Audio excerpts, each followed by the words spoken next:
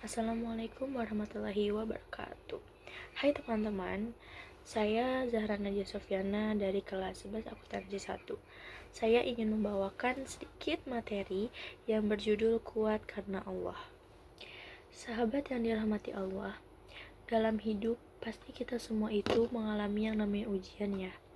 Tidak ada satu orang pun yang tidak mengalami ujian. Mulai dari kegagalan, kesedihan, ataupun kehilangan. Nah, tapi kalian tuh harus tahu, ujian itu datang bukan untuk melemahkan kita, tetapi untuk mendekatkan kita kepada Allah. Kenapa sih? Kita itu pasti kalau lagi merasa gagal, merasa sedih gitu, pasti kita banyak-banyak berdoa sama Allah. Nah, itu kenapa ujian datang kepada kita.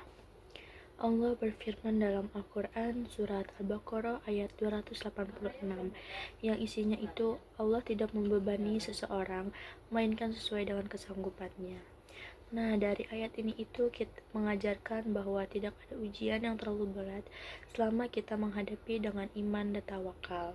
Mari kita ingat dari kisah Nabi Ayub alaihissalam, seorang nabi yang diuji dengan penyakit, kehilangan harta, bahkan anak-anaknya. Namun, beliau itu tetap bersabar dan tidak pernah berhenti bersyukur kepada Allah.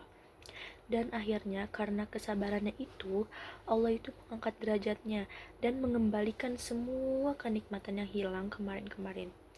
Dari kisah itu, kita itu belajar bahwa sabar bukan berarti diam tanpa usaha, tapi terus berjuang sambil yakin bahwa pertolongan Allah itu pasti akan datang. Syukur bukan hanya saat diberikan nikmat, tapi juga saat diuji, karena di balik ujian itu ada hikmah yang sangat besar.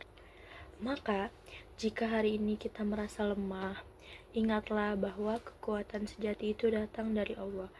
Bangun semangat, perbaiki niat, dan terus berpegang pada talinya.